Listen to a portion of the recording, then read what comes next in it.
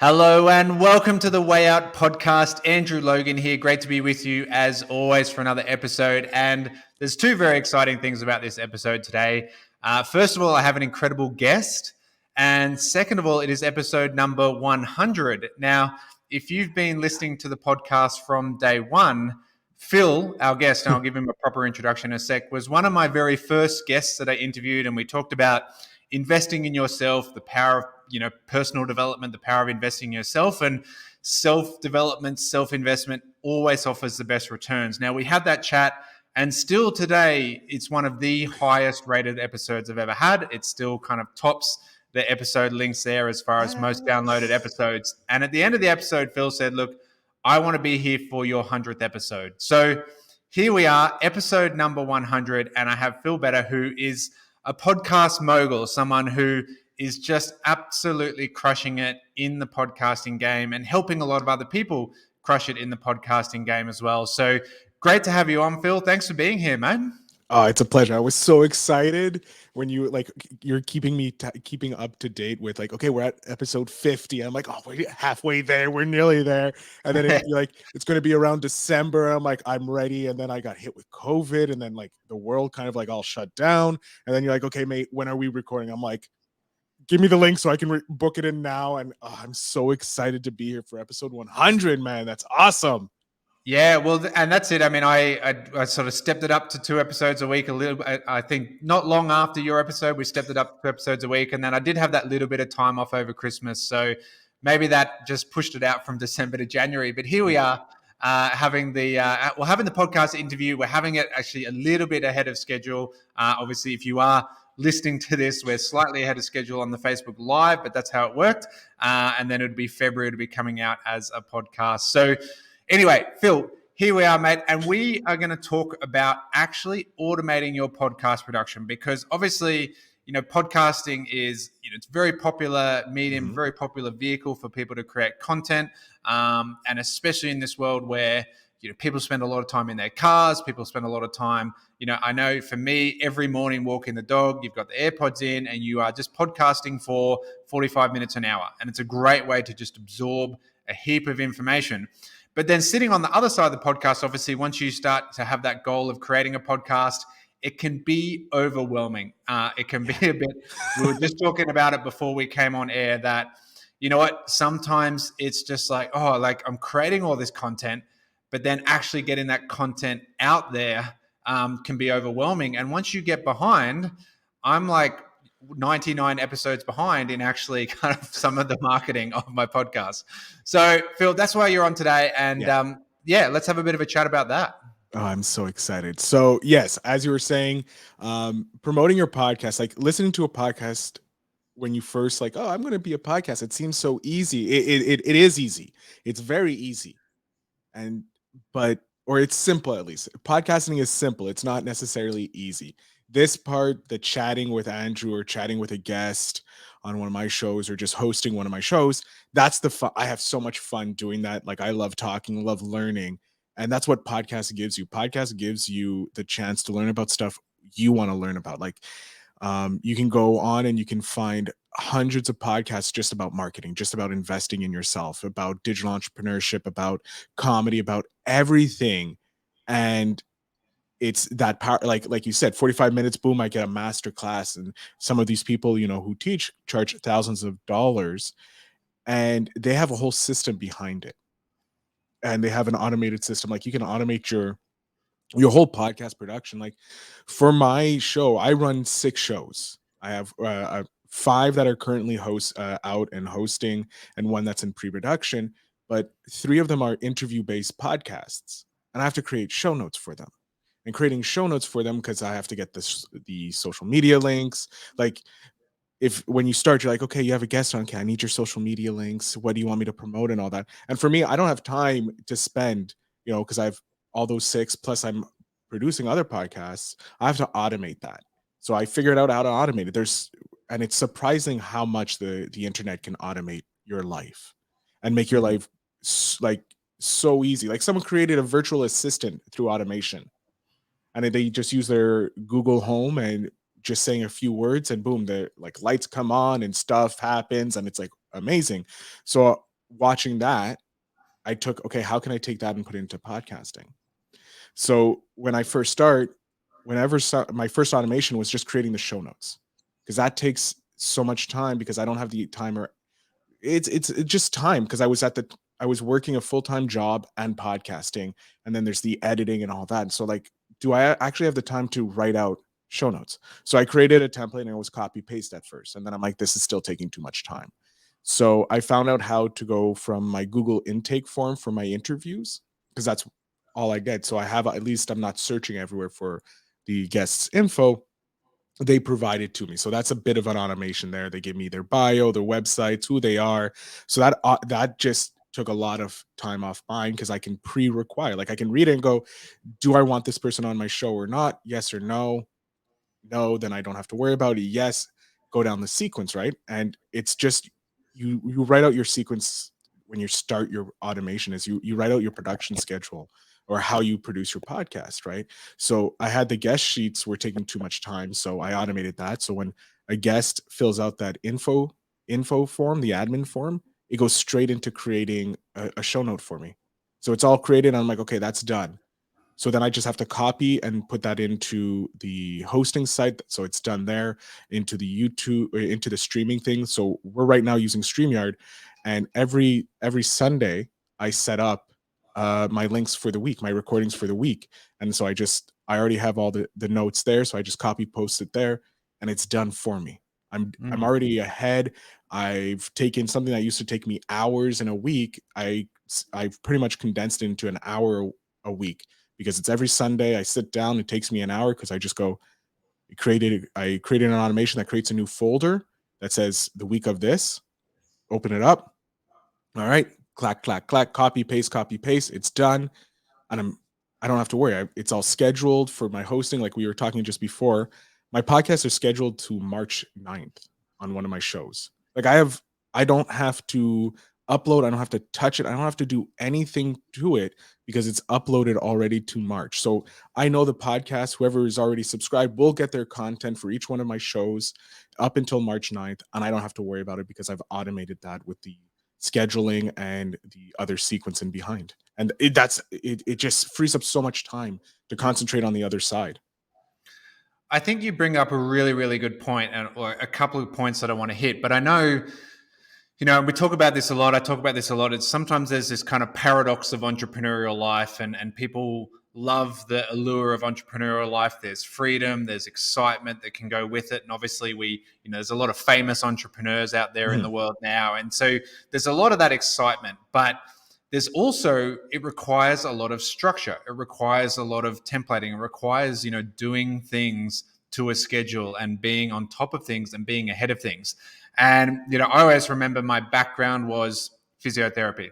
Now, when I went into physiotherapy, it was all about, I wanted to travel with teams. I wanted to be that physio on the side that, like runs onto the field when the athlete injures himself and they get to travel the world. And I got to do an element of that. I did get to experience some of that throughout my career. But really, like in the day to day, you had a schedule, and you went in and you knew that like Phil was coming in at 8, and then John was coming in at 8:30, and then Angela was coming in at 9. And you had to work to that schedule, because if you just said, hey guys, I'm a physio, just show up whenever, you just show up whenever and I'll treat you. I could show up to work and there's no one, or I could show up to work and there's 20 people, and they Yeah. all want treatment at the same time. And so we can have that struggle, can't we? We can have that paradox in the entrepreneurial world where we do get so much choice, but that also means we can get very overwhelmed, and we can get sort of so caught up because we don't have this 9 to 5 structure where, you need to do this. Now, for me, like Google Calendar every morning, Oh like God. it's, so like for me, like not like a non-interview day, it's Tuesday and Friday is your podcast recording. So Mhm. like every Tuesday morning, my Google Calendar is like, record your podcast today. Like it's telling me like, make sure you do this because you've committed to 2 podcasts a week. So, in interview situations like this, obviously you work around each other's schedule and you create the interview, but everything needs to be scheduled for me, because otherwise it's like, oh, hang on. I mean, I'm pretty organized in my head, but it's pretty Yeah. easy to get there like Tuesday evening, you've had a big day with the kids and you completely blank on it. So, how do you then obviously deal with the fact that so much entrepreneurial work, so much success in this space actually comes from the monotonous repetition of tasks. Because I think that's where so many people struggle, is that the excitement is in the interview, the excitement is in producing great content, the excitement is in meeting great people. But then there's all these other tasks that go with it that can be monotonous. How do you actually deal with that from like the mental aspect of not losing the fire, not losing the excitement that you have when you first start something? It's hard. You have to. My one rule is I won't put off a task 2 days in a row. So let's say I'm about to edit. I have a batch of podcasts I just edited last week. I haven't edited them. There's usually a week between. So I have to edit it this week. I know I have to edit it. And I usually set up for me, it's Tuesday and Wednesdays are my recording days. And sometimes I go back to back. They're also the days I deal with most of my client meetings, because I like to have it on 2 days a week, in case the rest of my week I can do what I want. I wanted, that's the freedom as an entrepreneur I wanted. I knew I'm going to have to work hard throughout the week. And I'm like, you know what? I'd rather work hard for 2 days and just like for creating content and dealing with my clients. And obviously, I can work around other days to meet my clients and that. But I wanted the freedom so that if I wanted to decide to go on vacation, it's only 2 days I have to worry about versus, 5, 6, 7 days. So when those 2 days when I have to record, those are my hype days. I'm so excited. I get to talk with clients. And then the rest of the week, it's like, okay, I have to edit 3 episodes today because I'm a one-man team and I hate editing. It's the worst thing. So what I've done is I've automated as much as I possibly can. So with my episodes, I have my intro, I have my ad play at the beginning of the show while I'm doing the interview live, because it's like I'm getting as much as I can do so I don't have to spend 12 hours editing, because I hate Mm. editing, and that's the most monotonous part of it for me. Like that's my weakest link. So it was like, how much can I put in advance and record beforehand so that I can get it done and out like quick.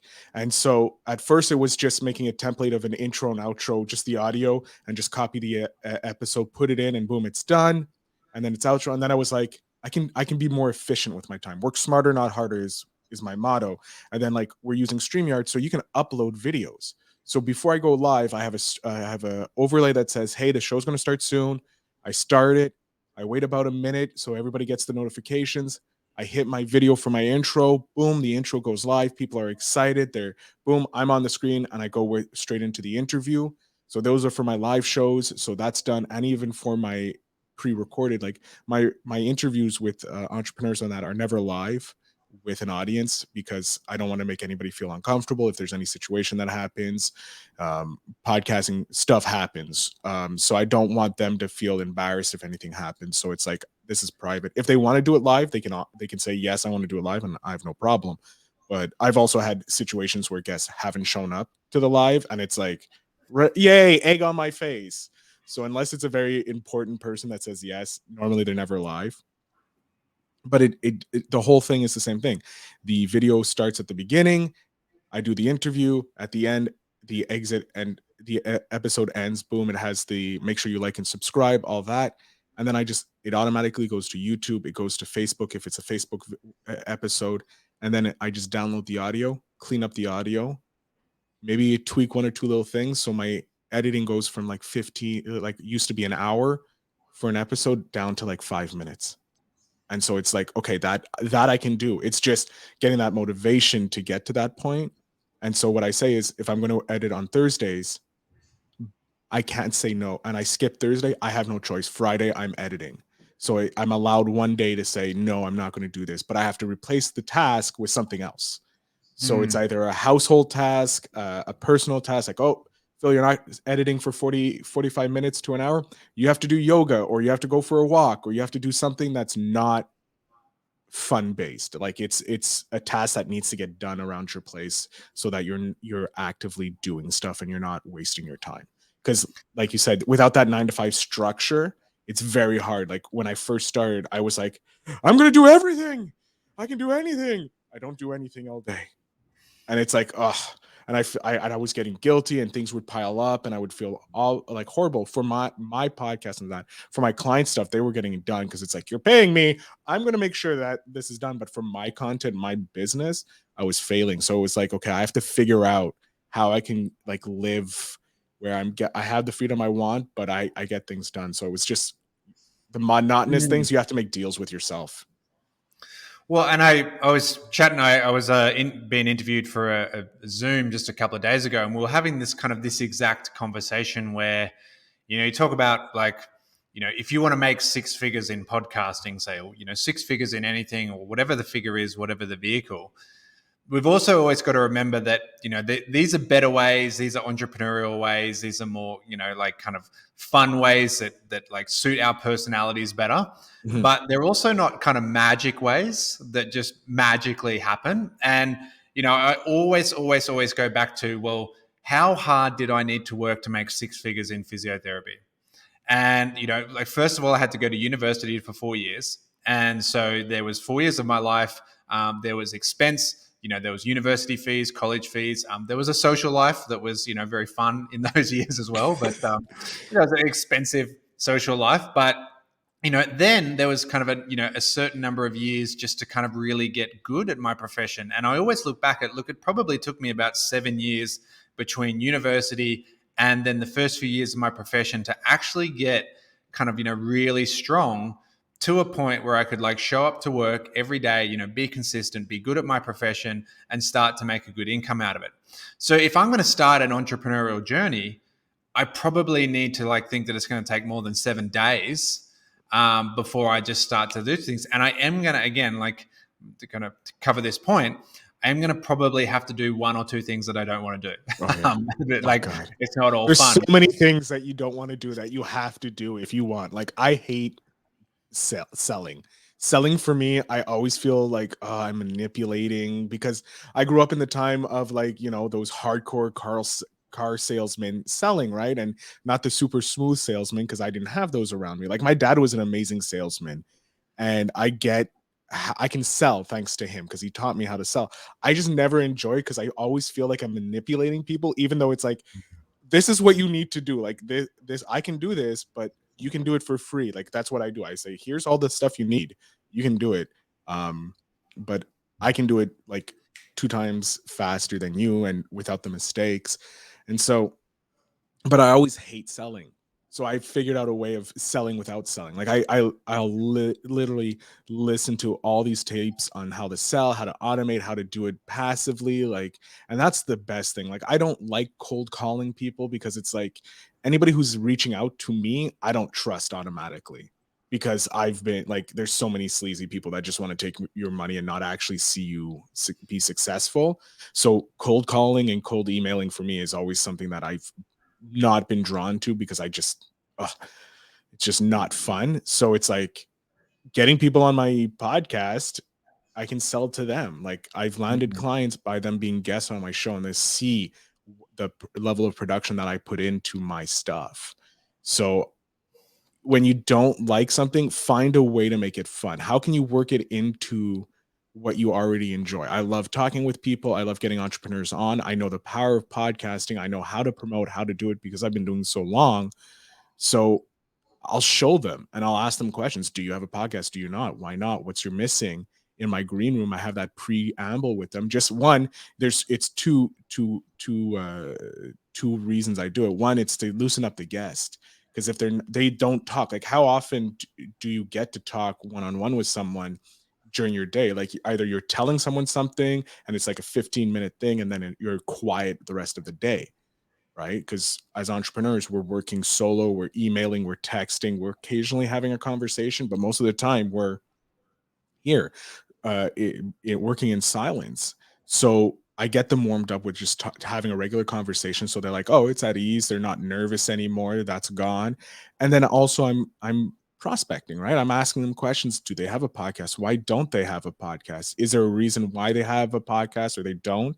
If they have a podcast, like what's the like what are they facing? Do they need help with anything? Can I provide them with anything? Can I put them in touch with someone that can? Because there are better people out there that do podcast production.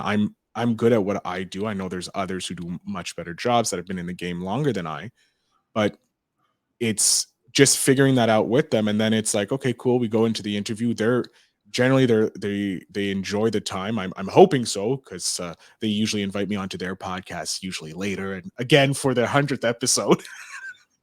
Get yourself there.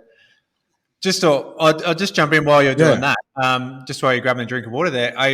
One of the things I remember, I read this book talking about reading. I probably read this book 15 to 20 years ago, and it was by a guy called Thomas Friedman, and the book was called "The World Is Flat." Now, it wasn't a flat Earth. I'm like, where are we going with this? This is interesting. If you're concerned, but what he was saying, and this, I think. The reason I brought it was before the kind of flat Earth theory came out, and so I was quite intrigued by the title. But what he was talking about in the book was that thanks to technology and thanks to the ability to automate, and he was particularly talking like the internet, but especially Wi-Fi. Like when we look at some of the quantum leap inventions in our society, the internet, and then the internet kind of rolling into Wi-Fi, that the field was flattened. Essentially, like the field of play was no longer skewed, because for so long it was like, where did you go to university? Harvard. Okay, well, you're in. If you're, like on the beach in Bangladesh and you have nothing, bad luck. Yeah. Whereas now, through the power of, as you say, like these sort of Google templates, through the power of virtual assistants, just through the power of StreamYard, and we can be on here having a conversation that's going out into a few different places all at once. It's then going to become, content that we can put into a podcast. And we're doing all this, and anyone in the world can do all this. Like with a basic microphone, a laptop, and an internet connection, essentially anyone in the world can do these sorts of things. And I think it's so fascinating to have kind of read that all those years ago, but like really see it in action over the last 5-10 years. This book was ahead of its time in that regard, that really how we can automate our lives to simplify it, where we don't need these big degrees. We don't need, like, not saying that they don't help, and not saying for the lawyers and doctors in the world, yes, I want them to have those degrees. Those high ranking. I want that. I'm not going to go, I'm a doctor of YouTube. No, I'm going to wait for the doctor of Harvard, please. Yeah, well, like, and it's like, if I want to fly somewhere, I want to know that pilot, like, hey guys, I'm really excited about this. This is my first real flight. I have 8,000 hours in virtual reality. No, I'm so excited. Not saying those things don't have their value, obviously, but when we talk about, again, the entrepreneurial space, that it was reserved for a small niche of people for so long, until the internet came out and flattened the playing field, leveled the playing field around the world, that anyone can get into this space. And if they've got something that they can do, they've got some like talent that can just that they can then get out and automate. So what are some of your like other tips, as far as just like we have structure, we have discipline? That's a big thing. Like when you're in the entrepreneurial space, you've got to have the discipline, but you're using tools like so you've got Google templates. So I use Google templates. So I use all of Google's suite because they're free. Why not? If you're starting a business, like you said, the internet has leveled the playing field because you can get everything for free pretty much. You have Google giving you everything for free. And then I use Integromat, Zapier, and Airtable. So all of those are different things. Airtable is a database program. So pretty much Google Sheets, but to the next level. Like it's a lot more sophisticated, and you can get a lot of data on it, and it can do a lot more than just Google Sheets. So I keep that as my database, and it helps me organize my shows and my episode trackers and my guests and all that. So I have a database of all that in one place. Zapier is an automation thing. So it's a no-code coding device. So it goes, take anything that happens over here. Then if this happens, I want you to do this. If this happens, I want you to do that. So it's a very basic, and it's a little less user-friendly. And so I can use it. I understand it. I love learning about technology, math, and coding. That's something I'm always interested. I can't code because it's a lot more technical than I'm used to, but I do have the basic understanding. I did take a few computer programming classes in our what we call CGIP, so between high school and university. So like I understood how to work it, but like some regular podcasters didn't. So I was like, okay, let's find something that's a bit more intuitive. And then there's this tool called Integromat that is literally kind of like drop in place. And Mhm. you click on it and you can write, it tells you everything, fill out this, fill out this, fill out this. And then it goes, okay, then you want to do this and then this. And so I've connected it to a Google form. So it does do my show notes, and then it creates my email because I send out an email for one of my shows that goes live, sends out, it creates the template for the email, and it also schedules the email for me. And I'm slowly now learning how to connect the RSS feed to this social media sequence that I found that will actually create the blog post for the episode, create the email for it, and as well post to your different social medias with an image. So I'm playing around with that, and those tools save me so much time, and it's also increasing my knowledge because it eventually I want to create my own SaaS, like my own software as a service business. Like that's one of my eventual goals. So I'm learning now so that when I can have all these things set up, so that when I launch my business, it's already the bare bones model of it is already created. And Mm. so yeah, those are the tools I use. And Google Calendar, I swear by it. Like if I did not have Google Calendar telling me like my Mondays are like, okay, what time can I go to bed at? Because maybe I need to stay late to edit or create photos or whatever it is for clients or my own. So I look and it's like, okay, I know I have to be in bed by this time because my day starts at 10 a.m. On Tuesdays and Wednesdays, 10 a.m. is my start day. If do I have an interview at 10 a.m.? Hopefully I do. And if I don't, then it's like, okay, I can stay up a bit later. But like Google Calendar, Integromat, and Airtable with Zapier are things I swear by because those tools save me so much time. Or you can get kids and they just wake you up when they're ready, like Yeah, that. no, I'm not ready for that. I'm not ready for that. I have a That's what we nephew. discovered. They just wake you up. Like you don't Yeah, need an so I alarm clock hear. So anymore. I hear. Yeah, but I think, and again, it's there's always that paradox, isn't it? That for someone listening, maybe just while Phil was talking about some of those internet tools and some of those kind of like apps you can use, etc. Like my head hurt, and I was like, oh, my head hurts, and I love to read really great books, and there's a great book about called Building a Story Brand by Donald Miller, and he talks about the story of your business and how all the great successful businesses out there, the great successful entrepreneurs, etc. There was always that story behind their business where they could explain their business in a story because using our brain, it's like it uses a lot of energy. Like the Mhm. calorie burn of Yeah. using our brain is quite high. So for most people, that can give them a headache. And it's just like, you know what, that sounded too hard. But then the flip side is if you're saving 12 hours a week through sort of just figuring out a handful of apps, and then that's 600 hours a year kind of thing, that you're like creating an extra what's that, like 30 days or Something like that. something Yeah, I'm extra looking to in create your more time. Yeah. life because just for putting that brain. And I see that unfortunately so often. People say, oh, like I want more freedom. I'm like, look, read these couple of books, and they're like, oh, I'll just go back to work. And it's like, but why not just use that little bit of brain power in the front end? And yes, it's hard. Like, yes, the learnings that we go through every day are a lot, but the benefit at the end of the day of creating that freedom, and that's one of the challenges, isn't it? That we need to pay for success up front. Like Yeah. we sort of go through that learning process up front. Now, um, just as we kind of like start to come to the end of your time today, I want to ask about like someone who's obviously wanting to start a podcast and they're specifically listening to this or they're watching this and they've got that podcast in them. They've got a story to tell. They're building that story brand. They've got a story to tell the world. What are some of the couple of tips that they can use or some of the resources they can use to get themselves going?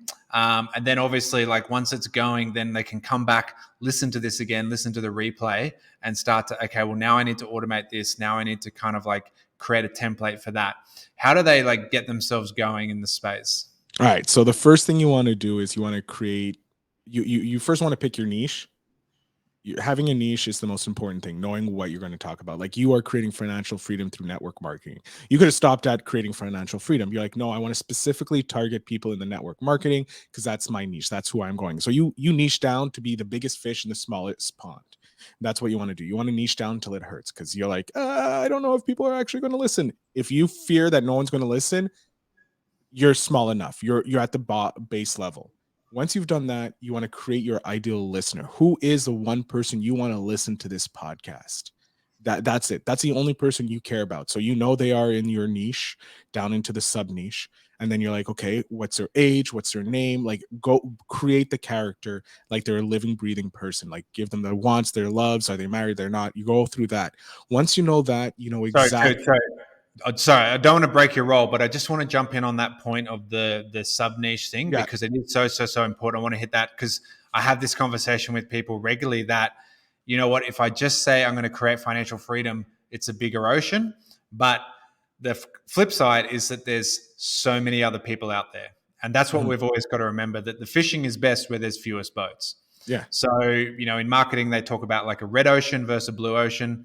There's a lot of people out there with bigger, deeper pockets than you and I, who are teaching freedom and Yeah. just teaching freedom in general, or teaching financial freedom. If you're starting, you want to sub niche down into this point where there's not a lot of other boats around you, because that's where you're going to have far more success. And then that's how you build this specific brand. Because if it's too broad, another friend of mine, Josh, he talks about like the sea of sameness.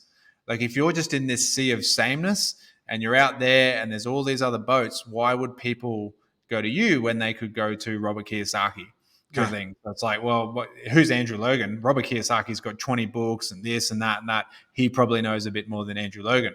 So I don't want to break your role, but it is No. so important that we can get caught up, as you say, that, oh no, but I want to make people happy. And like, well, look, there's a lot of people doing that Mhm. out there in the world. What if you helped, podcasters sleep better so that they can, get more efficiency out of their day, etc. Yeah. Like, let's break that right down to something deeper. Yeah. Yeah, no, it's so true. And like, and I've been reading books like John Lee Dumas, who does Entrepreneurs on Fire, that podcast. He came out with a book, The Common Path to Uncommon Success, and he talks about like sub niching, and marketers talk about sub niching. Like, I was listening to Russell Brand's podcast, Magnetic Marketing with Dan Kennedy, and he talks about it. He talks like, you need to niche down till it hurts, because he tells the story of the best bug spray of all time that kills all these bugs, buys the premium shelf space. It's the bug killer. He knows it kills everything, and he gets like zero sales. And the reason why is because most people were looking for specifically a ant killer, a hornet killer, or whatever. And when he changed the name, his sales took off. Like, it's the best ant killer in the world and can kill all these other bugs as well, like something like that. Mm. When you start off, like, if I see a podcast, like, and I talk to them, like, I talk to independent podcasters, I'm like, so who's your audience? Oh, everybody. I'm like, then no one's listening. Because if your podcast is for everybody, I don't feel special. We're humans. We want to feel special. We want to be part of a tribe. So knowing that this podcast is specifically for network marketers looking to get their financial freedom. So if they're starting, they're somewhere in the middle, or they're at the end, and like, I can get some good ideas. I can listen to this podcast. I know it's for network marketing. Do I fall into the network marketing? Yes. Do I want to create financial freedom? Yes. And then it's like, okay, now I start listening and I'm like, wow, these are amazing people. So I fall into the tribe of the Way Out tribe. And that's what you want. You need to know one, who your audience member is. And any question you ever have is, will X audience member, my guy name is Colin for one of my shows, I'm like, will Colin like this person on my podcast? No. Bye. Yes. Yeah. Cool. Let's move him down the line. Will Colin enjoy the content in this? Will these questions I'm asking, is this something Colin wants to know about?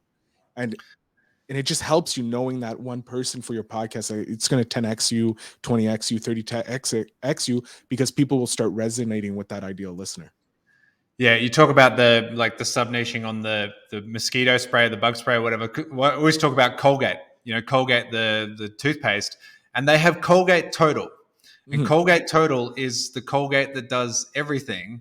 But then there's also, Colgate for kids, Colgate whitening, Colgate plaque removal, Colgate, such and such. And it's like, well, why not just have Colgate Total, right? But people don't want the Colgate Total. Total. Yeah, like it's there on the shelf. But if it did cover everything, they wouldn't need all these other things on the shelf. But the reality is, people are like, no, I specifically want my toothpaste for my kids, or I specifically want my toothpaste for whiter teeth, Sensitive teeth, and they whiter teeth, yeah, sensitive everything. teeth, yeah, all those things, and they go to those ones. And so it's that same concept. Like, that's what I always think of, and I'm like, is this a Colgate Total, or is this a specific Colgate when I'm thinking of things? It's true. So what you want to do is you want to niche down to the smallest niche. You want to create your ideal listeners so that you have those two things, because those are who you're selling to. So if you know exactly who you're selling to, or you're selling your podcast to, they'll be easier to find. Because for me, I'm looking for people who want to start for the digital entrepreneurship. It's like they want to start. They haven't heard about digital entrepreneurship. They've heard about it. They're not sure of it. They want to know more info. So my job is to find as many people making money online, interview them, so that my audience, my Colin, will know, oh, I can try this, or I can do this. So that's my niche. My niche is digital entrepreneurship. Boom. End of discussion. Anybody making money online, I want to interview you. Then it's Colin's going to be happy with that, because he's like, oh, I can learn how to make. Yeah, I've had email marketers, I have SEO, I have podcasters, streamers, I've had network marketers like yourself, investors who just use investing, crypto, load, SaaS marketers. Like, I've had everybody, because they're all people who make money online, and they're all living online. They don't have a 9 to 5. This is their 9 to 5, creating wealth online. So I know every single time. Like, if I have someone who's like, well, I own 14 furniture shops, you're not you're not it. But if you go, I started with Etsy and now I own 14, I want that story, because you went from the digital world to the realistic world. And so I know that's going to be value to Colin, because Colin maybe wants to look at that. Maybe there's a version of Colin that wants to start selling something and have that empire of furniture or empire of something. So once you have those two, the next thing is get as many episodes as you can in the can. Like you said in advance, like, this is an episode we're recording way before it goes out. By having that lead time, having that chance of stagnation of your episodes, one, if ever you get sick or anything happens, you're not missing the consistency, because that is so important. You made a promise when you started this podcast. You made a promise to your listeners that every week, every other day, or whatever the schedule is, you're going to release. And if you don't hold yourself accountable to that, your audience is going to leave you, because they can't trust you anymore. And what you're trying to do is build the trust between yourself and your audience. It's always the mirror test, isn't it? Like, at the end of the day, and that's the biggest struggle again for entrepreneurship, whatever space you're in, we've got to look in the mirror at the end of the day and say, did I do what I said I would do? And if we can't answer that question, then that's often a reason why our business hasn't grown, right? Mhm. So Matt, I want to thank you for your time. Obviously, like I know we could keep chatting, but I want to be respectful of your time on this. Now, someone who does have a podcast or wants to grow their podcast, wants to follow you because you have information that is going to benefit them. Whereabouts? What's the best way to follow you? What's the best way to find you? So if you want to follow me, Instagram at podcaster Phil Better. There, I'm the most active on. If you want to see me, I go live every weekday, Monday to Friday. I go live in my personal Facebook group, the Better Podcasting Growth Group. Free lessons. This month we're working on growing your email list and automating that sequence. So I'm using different tools so that you guys my audience can learn how to use these tools. And if they want a more deep dive, they can do it. So, and every Friday is a weekly Q&A in there that I chat with my audience. I answer their questions, anything they have. Or if no one joins me, sometimes no one joins me, I'm working. I'll start just doing random tasks and talking to myself, because I'm holding myself accountable. Another way of holding myself accountable to get stuff done is being held. My audience is being there watching me do my work. So those are the two ways. So yeah, obviously, if you're watching the live stream, it's up on the screen. If you are listening in on the podcast, I'll have that up in the show notes. Otherwise, you can follow him. He's a friend of mine on Facebook, and you can get him through my friends list. All those sorts of things will be tagged on this Facebook Live. So, mate, I appreciate your time. I want to thank you for everything you've delivered today, and just to chat, and always supporting. I know, I've seen some of the lessons you do and some of the the information that you put out. And one of the things you've said is that always stay in contact with your audience, Yep. always stay in contact with them, because then, you're building that network. And we all know it's all about, networking and growing. And you always support and comment on my podcast as well. So I know that you're living and breathing what you teach. So again, when we talk about the mirror test, when we talk about integrity, accountability, and doing all those things that you said you would do, I know you are doing those personally, because I see those myself up in my story mentions and all that kind of stuff. So, mate, I want to thank you for your time. So, guys, again, if you want to get into the podcasting space, you want to develop your podcast, monetize it, automate it, Phil is the guy to follow. And otherwise, guys, thank you so much for being with us. As I said, thanks for supporting over the last 99 episodes as we hit episode 100 today. And, really, really exciting time. And to everyone who has supported, if you've got value out of this, always pop a screenshot up on your stories, tag me at Andrew James Logan. You can tag Phil as well. What was that? It was podcasting. At podcaster Feel Better. Hold on. I'm just going to take a photo now to put up on Instagram. Yeah, there we go. Right, straight away. So tag it at podcaster Feel Better, and then he can celebrate with you as well that you're listening. And guys, I will see you all for another episode next week. See you soon. Bye.